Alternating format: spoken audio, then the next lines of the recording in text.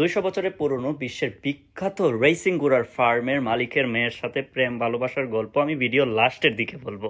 Hello বন্ধুরা, welcome to গোসারা daily. আজকের ব্লগটা আমার টোটালি একটা ডিফারেন্ট ব্লগ, কারণ আমি চলে আসছি চীনের একটি হর্স ফার্মে।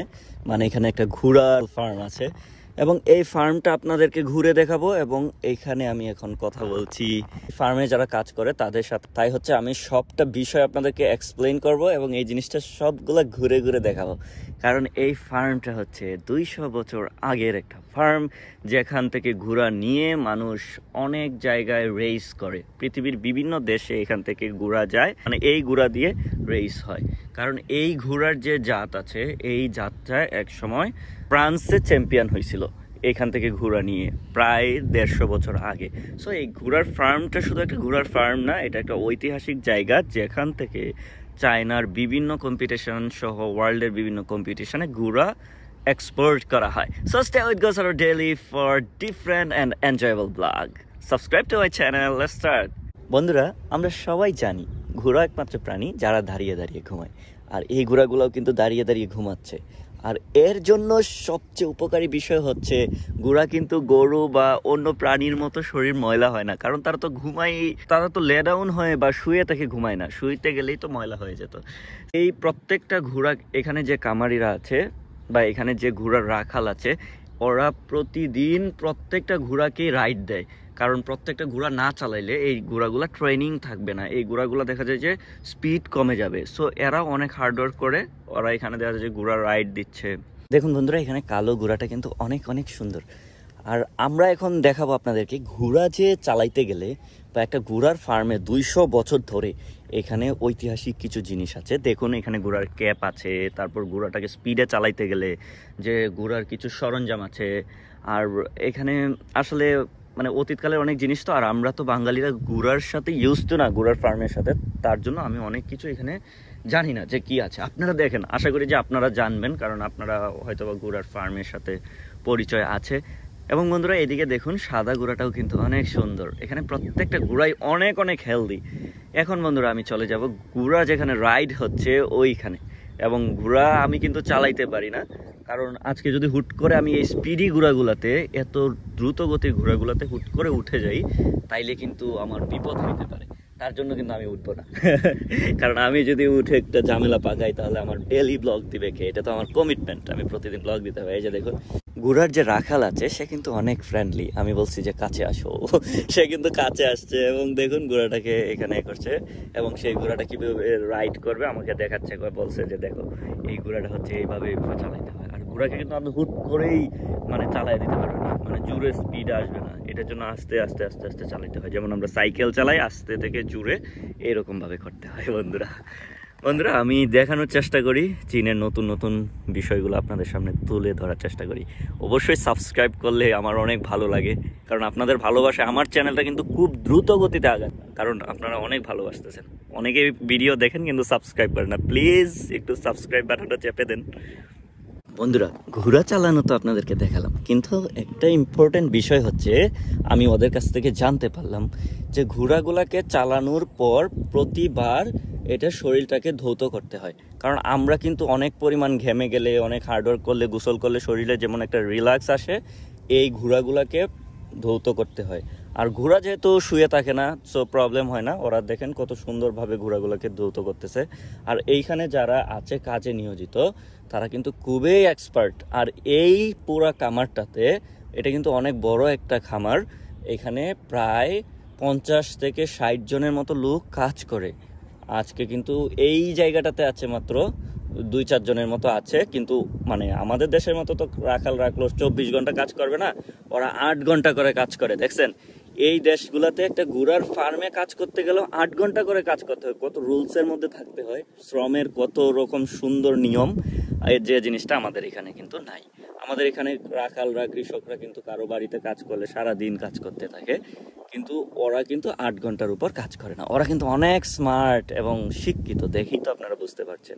বন্ধুরা, এখন আপনাদেরকে একটা নতুন জিনিস দেখাবো। এইটা প্রায় 10 বর্গ কিলোমিটারের একটা ফার্ম, ঘোড়ার ফার্ম।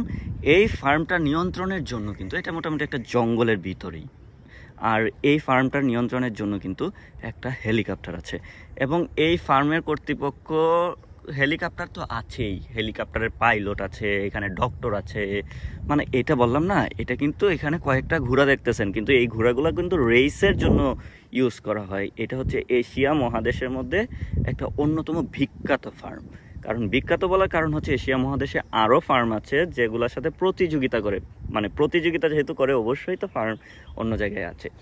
এই যে দেখতেছেন এই হেলিকপ্টারটা, এরকম হেলিকপ্টারও কিন্তু ওদের 2 থেকে 3টা আছে, ওরা কিন্তু রিপেয়ারিংয়ের জন্য নিয়ে গেছে, বা বিভিন্ন কাজে দেখা যায় যে অন্যগুলো দূরে থাকে।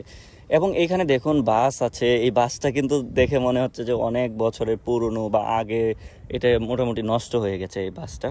এই বাসও কিন্তু বা এরকম বাস বা এরকম গাড়ি অনেক কিন্তু মানে অন্য জায়গাতে ছড়ানো ছিটানো আছে। এই ফার্মে যেহেতু ঢুকতে পেরেছি, তাদেরকে কনভিন্স করে বলছি যে আমি বাংলাদেশ থেকে এসেছি। তারা খুবই রেসপেক্ট করছে, আপনারা জানেন না বাংলাদেশকে তারা কত কত পরিমাণ রেসপেক্ট করে। এইরকম রেসপেক্ট তারা পাকিস্তান এবং ইন্ডিয়াকেও করে না। ইন্ডিয়ার কথা শুনলে আমাকে মাইর দিবে, যে আমি যদি কোনো কারণে যদি বলি যে আমি হচ্ছে ইন্ডিয়ার পাশের দেশ, এটা শুনলেও তারা রাগ করবে, কারণ তারা ইন্ডিয়াকে পছন্দই করে না। বন্ধুরা, আপনাদেরকে হেলিকপ্টার দেখালাম, কিন্তু এখন আপনাদেরকে এমন একটা জায়গায় নিয়ে যাব, সেটা হচ্ছে জঙ্গলের ভিতরে আমার অনেকটা ঢুকতে হবে, যেখান থেকে ঘোড়ার খাবার তৈরি করা হয়। এবং এই ঘোড়ার খাবারগুলা কিন্তু একটু ডিফারেন্ট ওয়েতে তৈরি করা হয়। আর যে ওই যে প্রথমের দিকে যে লোকটাকে দেখছিলেন, এই লোকটার এখানে দেখেন কতগুলা গাড়ি আছে, এই গাড়িগুলা কিন্তু এই ঘোড়ার ফার্মটাকে নিয়ন্ত্রণ করার জন্যই রাখা হয়। আর এই যে দেখছেন যে লোকটা, উনি কিন্তু এখানে খাবার তৈরি করছে। আমিও দেখবো এর এই খড়গুলা কিন্তু ডিফারেন্টভাবে তৈরি করা, আমি ওনার কাছ থেকে জানতে পারলাম। এবং এই খড়গুলার সাথে অনেক পরিমাণ ভিটামিন জাতীয় এবং হেলদি প্রোটিন জাতীয়, আমরা দেখেন না ব্যায়াম করলে প্রোটিন জাতীয় খাবার খেতে হয়, এখানেও ঘোড়ার ভিটামিন জাতীয় খাবার দেওয়া আছে। আমিও বানানোর চেষ্টা করলাম, কারণ আমি তো যেখানেই যাই দেখেন চাইনিজদের সাথে মিশে যাই একেবারে। আমার ইচ্ছা আছে পৃথিবীর সবগুলা দেশ ঘুরে ঘুরে বেড়ানো, আপনাদেরকে ব্লগ বানিয়ে দেখানো, আমি পৃথিবীর সবার সাথে মিশে যেতে চাই। এখন বন্ধুরা চলুন, এইখান থেকে খড় নিয়ে তারপরে এই খড়টাকে মিক্স আপ করা হবে। মিক্স আপ করার জন্য আমি উঠে গেলাম গাড়িতে। কারণ বন্ধুরা আরেকটা জিনিস দেখবেন, আপনারা বড় লোক বা রিচ মানুষদের সাথে মিশতে গেলে ইগনোরেন্সের শিকার হইতে পারেন। তারপর হচ্ছে যে তাদের মন মাইন্ড সবসময় বিজনেস বিজনেস অন্য চিন্তা থাকে। পৃথিবীর সবগুলা দেশের মধ্যে যারা ব্যাকওয়ার্ড মানুষ আছে, পিছিয়ে থাকা মানুষ আছে, তাদের সাথে মিশলে তারা কত মানে আন্তরিকতার সাথে মিশে যায়। এই উনি যে গাড়িটা চালাচ্ছে আমাকে বলতেছে আসো আসো এখানে বসো, মানে ওর যে সর্বোচ্চটা দিয়ে কিন্তু আপনাকে ভালোবাসার চেষ্টা করবে। কিন্তু আপনার একটা বড় লোক মানুষের সাথে পরিচয় থাকলে, ফ্রেন্ড থাকলেও কিন্তু আপনাকে বলবে না যে আসো আমার গাড়িতে বসো বা এ করো, কারণ তারা সবসময় ক্লাস নিয়ে চিন্তা করে। সো এরকম যারা পিছিয়ে থাকা মানুষ আছে, যারা গরিব আছে, প্রত্যেকটা দেশেই তো গরিব আছে, ওরা কিন্তু এত ক্লাস নিয়ে ভাবে না, ওরা মন দিয়ে ভাবে, আবেগ দিয়ে ভাবে, ওরা সব কিছু ভালোবাসা দিয়ে চিন্তা করে। এই যে বৃদ্ধ লোকটি আছে, উনি এই খাবারটাকে মিক্স আপ করছে এবং এটা পরীক্ষা নিরীক্ষা করার পর খাওয়ানো হবে ঘোড়াগুলোকে। এই খামারটা অনেক বড়, কিন্তু এই খামারে যারা কাজ করে তারা থাকার জন্য কত সুন্দর একটা জায়গা আছে দেখুন। কন্টেইনারের ভিতরে তারা কত সুন্দর রুম বানিয়ে রেখেছে। এটা বাহির থেকে আপনারা বুঝবেন যে একটা কন্টেইনার, কিন্তু ভিতরে গেলে দেখবেন যে একটা 3 স্টার হোটেলের মতো একটা বানিয়ে রেখেছে। এসি আছে এখানে, সব কিছুই আছে, ইলেকট্রিসিটি আছে, সব সুযোগ সুবিধাই তারা এখানে সুন্দরভাবে দেওয়া আছে। আমি কিন্তু সব কিছু আপনাদেরকে দেখানোর চেষ্টা করছি, কারণ এই ফার্মে যেহেতু আমি ঢুকতে পেরেছি, এখানে সহজে যে কোনো মানুষ ঢুকতে পারে না, তাই ঢুকতে যেহেতু পেরেছি তাই আমি সব কিছু আপনাদেরকে দেখানোর চেষ্টা করছি। আর এখন আমি যাব এই ঘোড়ার ফার্মের যে মালিকের মেয়ে আছে, সে হর্স ফার্মিং নিয়ে এবং হর্স ফার্মিং ডেভেলপমেন্ট এবং হর্স ফার্ম ম্যানেজমেন্ট নিয়ে পড়ালেখা করে এসেছে। ওনার সাথেও কিন্তু আমার অনেক গল্প হলো এবং কথা হলো, উনি আমাকে সব কিছু ডিটেলস বোঝালো, যে জিনিসটার জন্যই কিন্তু আপনারা আমার ভিডিওটা এতক্ষণ দেখেছেন। একটু যদি থাম্বনেইলগুলো একটু উল্টাপাল্টা না থাকে বা একটু ডিফারেন্ট না থাকে, আপনারা কিন্তু ক্লিক করতে চান না। আমার ভিডিও কিন্তু আমি খারাপ বানাই না, কিন্তু আপনারা অন্য ভিডিও ক্লিক করে ফেলেন। সো এর জন্যই আমি আপনাদেরকে ভাবলাম যে একটু ডিফারেন্স ওয়েতে থাম্বনেইলটা দেই, যাতে আপনারা দেখেন। Thank you very much for watching this video. আমার ভিডিওটা অনেক ধৈর্য ধরে দেখেছেন, তাদেরকে অনেক বেশি ধন্যবাদ। আপনারা প্লিজ সাবস্ক্রাইব করে দিন, আমাকে সাপোর্ট করুন।